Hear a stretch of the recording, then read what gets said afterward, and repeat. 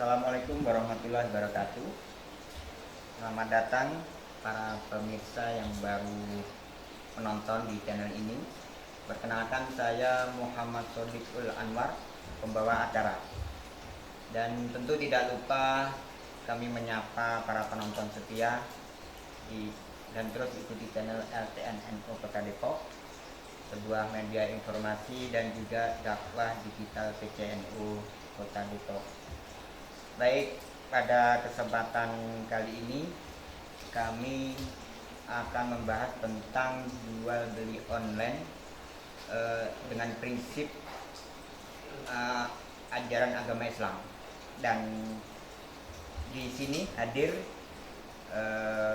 mu'alim kita, Dr. Muhammad Yusuf Hidayat, dan nanti kita akan mengulas berbagai banyak hal, tentu dengan landasan peristiwa dan juga beberapa fenomena yang ada.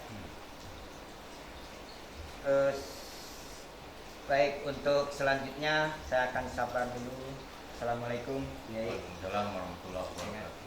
Sehat, Yai? Alhamdulillah ya.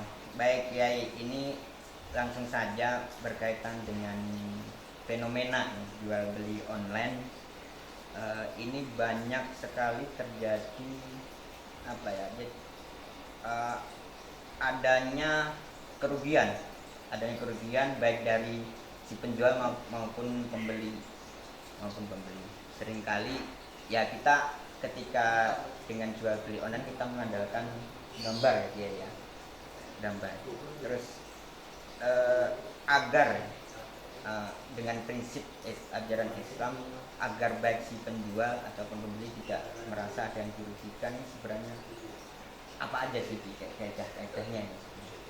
Jadi gini, kita nggak boleh keluar dari apa yang diajarkan dalam ekonomi syariah. Ya. Bahwa ada yang namanya prinsip khiyar. Nah ini yang kadang-kadang orang Islam, kaum muslimin tidak mengindahkan itu. Dalam prinsip khiyar itu ada namanya khiyar syarat, Ya. khiyar aib, khiyar majlis. Sebenarnya mau bisnis apa, kayak mau kontan, mau online, nggak ada masalah. Selama menggunakan prinsip-prinsip khiyar, oke aja. Bab umpama barang yang kita terima ternyata tidak sesuai dengan yang kita harapkan, katakan rusak dan sebagainya. Kemudian pihak perusahaan tetap mewajibkan kita untuk bayar. Ini kan udah zalim namanya kan. Itu ada yang namanya khiyar aib. Kalau barang itu ternyata rusak atau barang itu nggak sesuai pesanan, itu kan bisa kita kembalikan. Jadi menurut saya selama prinsip khiyar itu dijalankan, insya Allah ya kita sebagai konsumen tidak akan ditipu. Gitu. Baik. Untuk pengertian dari khiyar sendiri apa? Biar dari pemirsa juga memahami tentang definisi itu. Gini, kita juga sebagai konsumen harus cerdas. Oke. Kemudian harus teliti sebelum membeli. Jadi jangan tertipu dengan iklan. Tapi memang itulah taktiknya perusahaan. Oke aja. Tapi kita dituntut sebagai konsumen yang cerdas untuk tidak mudah terbawa oleh alur keinginan mereka. Nah sekali lagi saya berharap kalau kita mau melakukan transaksi online, kita dituntut cerdas. Jangan sampai kita kemakan sama iklan. Ini kadang-kadang iklannya beda dengan apa barang yang kita beli. Dan saya ngalamin itu. Iklannya tas, cakep, harganya lumayan. Saya beli, saya jajal gitu kan. Ternyata barangnya nggak sesuai dengan iklan. Atau boleh jadi itu iklan orang barat kemudian diambil, diadopsi untuk mengiklankan barang yang sebenarnya dia pengen nipu gitu kan. Saya ngalamin 3 kali itu. Saya nggak perlu sebut perusahaan mana. Yang jelas begitu saya beli barang ternyata nggak sesuai dengan iklan. Dan saya protes, gak dijawab lewat WA. Padahal waktu saya pesan kan dialihkan ke WA tuh ya. Begitu saya, ini kok beda dengan iklan? Dia nggak jawab itu. Nggak, itu kejadian dia itu udah dibayar atau Nah ini jadi kan begini, saya sebenarnya lagi tes gitu kan, ada mahasiswi saya, maaf di IIKI ya, Institut Ilmu Al-Quran. Saat itu saya masih di ketua prodi di IIKI Ekonomi Syariah. Terus ini mahasiswa saya bikin tesis ya, angkat tentang bisnis online, Iya, iya.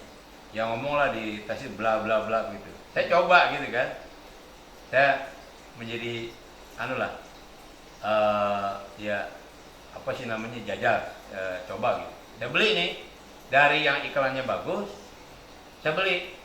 Yang penting bagi saya nggak terlalu mahal gitu lah, masih wajar lah. Iya, iya. Di bank 200 300. Dan saya ditransfer dulu, ya nggak apa-apa, saya ikutin, pengen tahu gitu kan. Setelah saya beli barangnya nggak pas, mungkin kalau harganya itu 300, kalau di pasar mungkin 25.000 gitu. Terus yang kedua, alat pancing, iklannya hebat. Begitu saya beli, nggak taunya, ya kalau kita bikin sendiri mungkin bisa gitu kan, 2 tuh.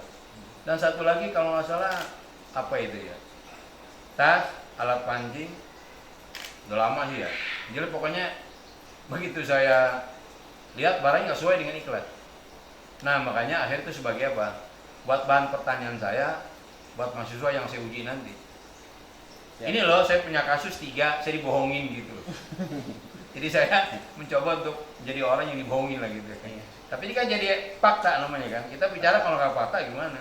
Kalau kita bilang misalnya online itu pembohong, faktanya mana? Ini saya udah dibohongin. Nah akhirnya saya saat itu arahkan, ya tetap mau bisnis apapun harus dengan prinsip khiyar tadi. Iya, iya. Kan prinsip ekonomi Islam sederhana sebenarnya kan. La tadlimuna wa la tudlamun. Jangan kalian berbuat zalim, jangan juga dizalimi. La doror wa la diror. Ya kan gitu. Iya. Jangan jangan bahaya buat diri, jangan juga buat membahayakan orang lain. Iya. Nah itu. Kalau itu dijalankan oleh kita, insya Allah kita bukan menjadi korban penipuan. Baik, Kiai, ini proses transaksi jual beli kan ada beberapa syarat penting di Islam. Ya salah satunya balik, terus tatap muka, ada barang, terus ada uang.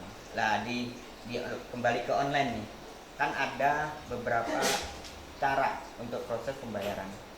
Ada kalau Kiai tadi yang sempat tertipu kan transfer dulu nih, tapi barang belum nyampe. Tapi ini ada juga yang konsep COD nih, bahasa kerennya COD itu dari tempat ya, dari tempat. Nah, fenomena yang menarik ketika sang pembeli menerima dulu terus merobek barangnya tapi belum dibayar, begitu melihat tidak cocok si calon pembeli ngamuk. Di sisi lain yang diamuk justru bukan orang yang penjual tetapi kurirnya. Ini kan sistem kerja online ya. Nah, itu bagaimana tanggapan Kiai ini tentang? Pertama saya sarankan kepada kaum muslimin ya, kalau mau bisnis online pilih yang COD, bayar di tempat. Itu diantara untuk menghindari terjadinya boror. Jual beli mengandung unsur penipuan. Kalau kita nggak cocok kan bisa kita kembalikan. Itu pertamanya. Ya. Yang kedua, kita juga jangan merugikan perusahaan. Sebab sebelumnya ada perjanjian, kalau barang ternyata kita nggak jadi, terus tapi bungkusannya dirusak, itu kan ada perjanjian. Ya, Kita harus ganti apa? Ganti kerugian apa tadi, kado yang dirusak, ya, kemudian bungkusannya. ganti kerugian apa, bayar apa, Gojek atau apa, Kurirnya. kurir lah gitu ya. Saya nggak sebut ini ya. Silakan itu, bagi saya itu masih kategori wajar, rasional lah gitu. Ya. Bahkan tadi saya bilang bahwa ayat itu nggak berlaku hanya buat konsumen, buat perusahaan juga berlaku. La tadlimuna wa la tudlamun. Jangan kalian berbuat zalim, jangan jadi zalimi. Nah kalau umpama kita kemudian barang nggak cocok, kemudian kita beset, gitu ya, udah dibeset, jelas dong perusahaan rugi. Ya. Belum Udah gitu, lagi memarahin yang kurirnya nah lagi. udah gitu kurir itu nggak salah, dia juga kadang-kadang ya takutnya jadi beban kurir. Itulah kita harus bijak lah. Ya. Kita nggak jadi, oke, namanya katakan hiar aib ya. Ya. Ternyata barang yang kita beli nggak sesuai dengan iklan, anggap itu hiar aib. Tapi kita ada kewajiban, kenapa? Tadi kita udah merusak barang orang, jadi kita juga harus teliti membeli. Prinsip hiar jalankan, tapi juga jangan merugikan orang. Kita ini konsumen, jangan merugikan orang. Kasihan nanti kurir-kurir itu mengerjanya seperti itu. Kalau memang perusahaan yang menang, kalau enggak kan dia nanti dibebankan itu. Berarti Ya. kita sudah merugikan orang lain. Jadi nggak apa-apa. Makanya biasanya suka ada perjanjian di awal. Ya. Kalau nggak jadi gimana? Kemudian kalau memang apa tadi, bungkusnya dirobek, itu Dirobek. bagaimana? Dari situ kan ada perjanjian sebelumnya kan. Saya kira ini masih wajar. Jadi ini di luar dari barang yang kita beli. Baik. Jadi ini dua hal gitu ya. Ya, saya kira itu jalan. Jadi kita jangan juga merugikan orang lain. Boleh barangnya kita kembalikan, tapi kita punya kewajiban jangan merugikan orang. Karena nggak boleh kan merugikan orang. La doror wala diror. Oke. Ya. Siap, Kiai.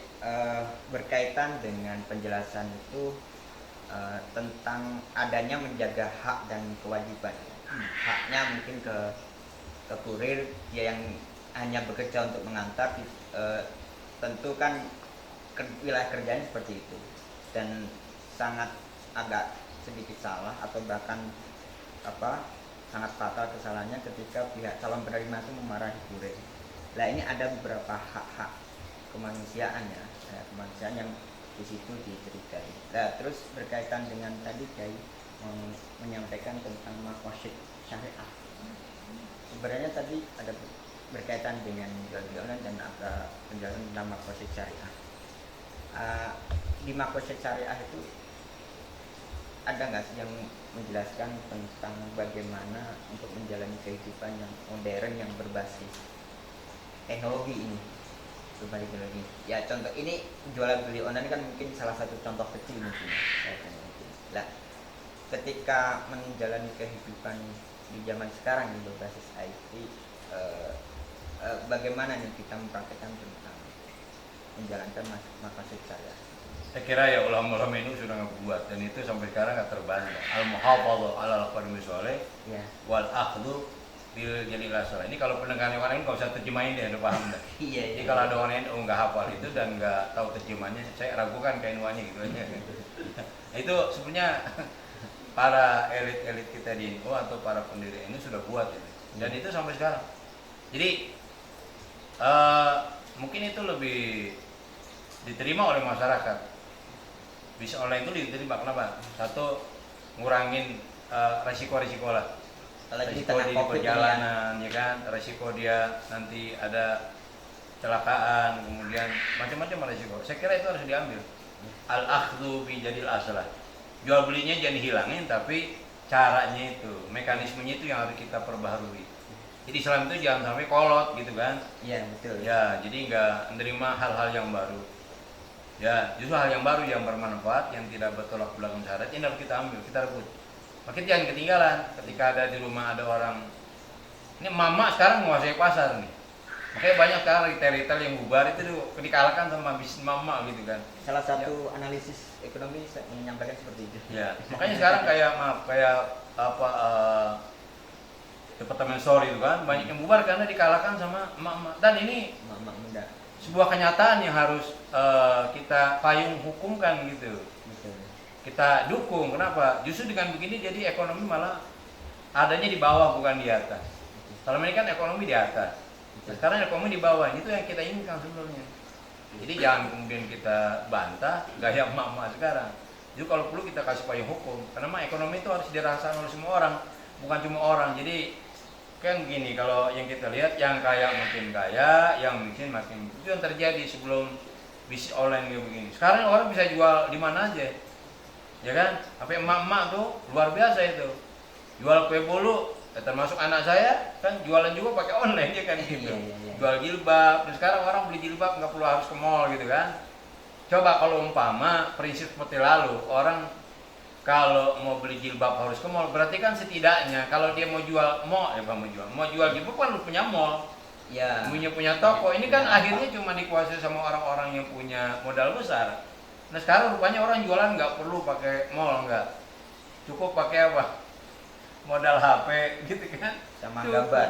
Iya. Sama gambar. Terus kerjasama dengan apa namanya tadi, Marketplace. perusahaan-perusahaan marketing kan gitu kan, ya. Nah, jadi ini menurut saya lebih hebat ini, fenomena milenial yang luar biasa. Justru Ainwa terus ngambil peran ini nih. Ya. Kita bangkitkan ekonomi seperti ini. Jadi akhirnya nanti uang itu berada di bawah, bukan hanya di atas. Yang kaya nanti merata, bukan cuma di atas. Cuma lagi-lagi tadi tetap kita harus gunakan prinsip-prinsip ekonomi syariah. Harus menggunakan prinsip khiyar. Ya. Saya ajarkan sama anak saya, kamu kalau mau bisnis kayak seperti ini harus pakai produk syariah. Kalau kira-kira nanti terjadi sesuatu yang tidak diinginkan oleh konsumen, ya kamu siap, ya kan, dibalikan kan, dibalikin kan gitu kan. Tapi lihat masalahnya apa dulu. Saya kira ini luar biasa ya. NU harus ngambil peran di sini nih, harus mendukung, harus support. Kenapa? Biar nggak lagi ekonomi dikuasai orang-orang deheb, orang-orang punya duit ya. Sampai mama sekarang udah luar biasa, bikin mall di rumahnya kan gitu. Prinsip pemerataan. Pemerataan ekonomi. Baik, kembali ke orang-orang NU ataupun siapa yang menjadi berkhidmat di NU, baik pengurus atau anggota, tentu harus mengikuti zaman, khusus berkaitan dengan kegiatan ekonomi. Ketika ngomong ekonomi di lingkungan NU, adakah tokoh NU yang di situ menjadi pendobrak awal dan berkaitan dengan gerakan ekonomi, terutama prinsip pemerataan dengan pada zamannya. Kalau saya ingat waktu itu kan ada organisasi Nahdlatul Tijjar, dan itu saya sedikit membaca tentang Nahdlatul Tijjar itu adalah merupakan gerakan ekonomi yang dilakukan oleh tokoh NU. Bisa dijelaskan tentang tokoh-tokoh kita ini sebenarnya ada nggak sih yang menjadi contoh hebat untuk kita? Tokoh-tokoh kita itu luar biasa, mengajarkan kita kaya. Tapi generasi milenialnya malah nggak pengen kaya. Awalnya malah bukan Nahdlatul Ulama, Nahdlatul Tijjar, ya kan, perkumpulan orang-orang kaya, pedagang. Sehingga nanti siaran menjadi NU gimana itu orang NU lebih tahu lah, ya. Nah, artinya apa? Bahwa yang dikembangkan itu pertama kali adalah ekonomi sebenarnya. Dan ini saya kira implementasi dari hadis Nabi. Nabi sudah mensinyali, bahkan juga mengkhawatirkan kadal faqru ayakuna kufran. Nyaris kepakiran membuat orang jadi kufur. Minimal kufur nikmat. Ya, hidup penuh dengan gerutu itu kan kufur nikmat namanya. Sebenarnya tokoh NU itu sudah luar biasa mengajarkan dengan lahirnya Nahdlatul Tijjar yang nanti menjadi cikal bakal adanya NU. Jadi orang itu sebenarnya di awal disuruh kaya gitu, suruh jadi pedagang. Tapi jangan lupa terus kita modifikasi, sesuaikan dengan zaman, apa yang kira-kira karena lagi in lah gitu, ikutin, tetap prinsip ekonominya jalankan. Nah itu, saya kira udah banyak yang dilakukan sama muslimat. Kayak saya pernah baca itu ada di mana itu di daerah Jawa Tengah gitu, cuma ya sederhana lah, macam kayak kue-kue bingkisan gitu ya, itu bergerak, mereka menggunakan jasa online begitu ya. Jadi sebenarnya kita juga bisa begitu. Dan memang sekali lagi ini sebenarnya para tokoh NU ya, para pendiri NU, bahkan jika NU mengajarkan kita untuk kaya, karena muslim yang kuat lebih baik dari muslim yang lemah. Jangan sampai orang NU kerjanya gerutu, kufur nikmat. Ini yang terusan lemah nih di NU itu ini ya. Bahkan ada orang yang bangga jadi orang miskin gitu. Nah ini bahaya ini. Jangan, kita harus isyhadu bi anna muslimun, isyhadu ana NU begitu. Tapi dengan beberapa indikator yang ada, bukan cuma ngaku NU kan gitu kan. Karena ekonomi saya kuat gitu. Insya Allah kalau ekonomi kita kuat, kita bukan cuma mikirkan diri kita kok, mikirin orang lain juga. Minimal ada kewajiban zakat walaupun nggak infak. Artinya kan kalau kita udah zakat kan juga memikirkan ekonomi rakyat yang lain. Jadi maksud saya, ayolah NU ini bergerak. Kelemahan kita ada di sini nih. Dan apa yang sekarang dianggap visi milenial, kita harus masuk di sana. Cuma ingat, kita ini kan berbasis agama, bukan sekuler. Tetap ekonomi syariah dijalankan. Prinsip makot syariah harus kita jalankan, gitu. Ya. Berarti sebenarnya tidak ada alasannya warga NU Muslim terutama untuk mengisolasi diri dan menjauhkan diri dari kegiatan ekonomi, sebenarnya tidak ada ya. Dan terus ini kayak berkaitan dengan untuk memperkuat tentang kepedulian. Tadi Kiai juga menyampaikan tentang harus mendorong generasi muda, terutama ya para warga NU untuk peduli terhadap ekonomi. Nah, ekonomi. Dan tadi juga menyampaikan banyak peluang, salah satunya jual beli online. Agar semakin kuat dorongannya dalam diri jiwa kita, tetapi juga tidak meninggalkan tupoksi kita warga ini sebagai kelompok yang ahli agama. Sebenarnya apa sih landasan atau kaidah para ulama terdahulu itu agar warga muslim, terutama warga NU, untuk menjadi pelaku ekonomi atau paling tidak terlibat, bahkan sampai menciptakan lapangan pekerjaan baru? Adakah kaidah-kaidah para ulama terdahulu itu? Tadi saya ini harus diterjemahkan juga deh ya. Ya, kaidah yang dikenal di Indonesia. Al-muhafadzah ala qaulil musalli. Kita harus pelihara ya kreasi lama yang baik. Oke. Wal akhdhu bil jadil asal. Kita harus ngambil kreasi baru yang lebih baik. Dulu nggak ada bisnis online. Yang ada kita lihat pasar, mall. Nah, sekarang mereka bisa berbisnis di kamar. Nanti kan memberi peluang orang untuk kaya. Ya, memberi peluang orang untuk berharta. Nah, ini kita ambil. Saya kira itu yang pertama harus dipahami orang ini. Bahwa prinsip itu sudah diajarkan sama para pendiri kita. Al-akhdhu bil jadil aslah. Itu masuk tuh bisnis online di situ. Iya. Ya. Itu tadi apa?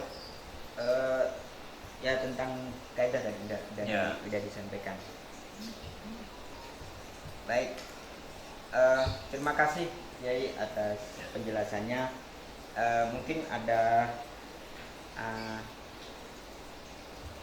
penyampaian tentang ini Yai, untuk warga Depok agar lebih semangat lagi menjalankan kepengurusan, tetapi juga tidak meninggalkan kegiatan ekonomi. Jadi waktu saya SMA pernah ada guru saya aliyah ya, waktu aliyah itu prinsip C4. Nah, pernah dengar ya? Cita, cinta, cipta, citra. Pertama cita-cita, azam, niatlah. Kita menjadi seorang ekonom harus dicita-citakan. Menjadi apa? Ekonom. Itu cita-cita namanya. Kemudian cinta, nah kita masuklah fakultas ekonomi, atau kalau di kampung belajarlah fikih muamalat yang sampai mendalam gitu ya, jangan cuma sekedar kulit. Pahami semua aspek-aspek tentang ekonomi ya, dari mulai bab kriteria jual beli sampai seterusnya gitu. Itu namanya kita cinta, namanya belajar. Kemudian setelah belajar kita harus cita, ayo bikin lapangan kerja, paling tidak bikin lapangan kerja buat kita sendiri. Jangan cuma belajar teori tapi praktek enggak. Belajar fikih ekonomi tapi yang dikerjain bukannya masuk fakultas ekonomi, tapi begitu kerja jadi tukang las. Ya kalau ya mungkin masih ada hubungan kalau tukang las kan Ya, gitu masih ya. ada unsur. Banyak yang salah kamar kan gitu. Keren banget waktu kuliah masuk ekonomi syariah, ya kan? Begitu pas ke kampung, ya masih bagus kalau jadi praktisi kan gitu. Ini kadang-kadang salah kamar gitu. Jadi kalau memang udah cita-citanya menjadi seorang ekonom syariah, ya udah jalankan itu. Atau kita bikin kayak tadi lah lapangan kerja. Bagaimana kita membangkitkan diri kita masyarakat untuk berekonomi. Tapi jangan lupa, ini yang dilupakan orang nih. Yang keempat apa? Citra, jaga nama baik. Ya, kalau kita bisa online, supaya bisa kita dipercaya bagaimana? Ya. Jangan sampai ada unsur penipuan. Itu kan udah nggak menjaga citra. Kalau 4 ini dijalankan, tapi ini ngulang waktu saya di aliyah lah ya. Kalau 4 ini dikerjakan, insya Allah ada yang maju. Apa pertama tuh tadi? Katanya kita harus cita, kemudian cinta, cipta, citra. Nah ini, ya saya kira itulah barangkali. Yang kedua, ya jadilah konsumen yang cerdas. Kalau kita mau berbisnis dengan online, teliti sebelum membeli supaya tidak ada unsur penipuan. Saya kira sudah cukup ya. Terima kasih Yai. Baik pemirsa, dimanapun berada. Terima kasih sudah menonton video ini sampai akhir. Saya Sodiqul Anwar undur diri, dan salam ilmu untuk amal, sukses menuju kesolehan sosial dan spiritual. Salam. Assalamualaikum warahmatullahi wabarakatuh. Waalaikumsalam warahmatullahi wabarakatuh.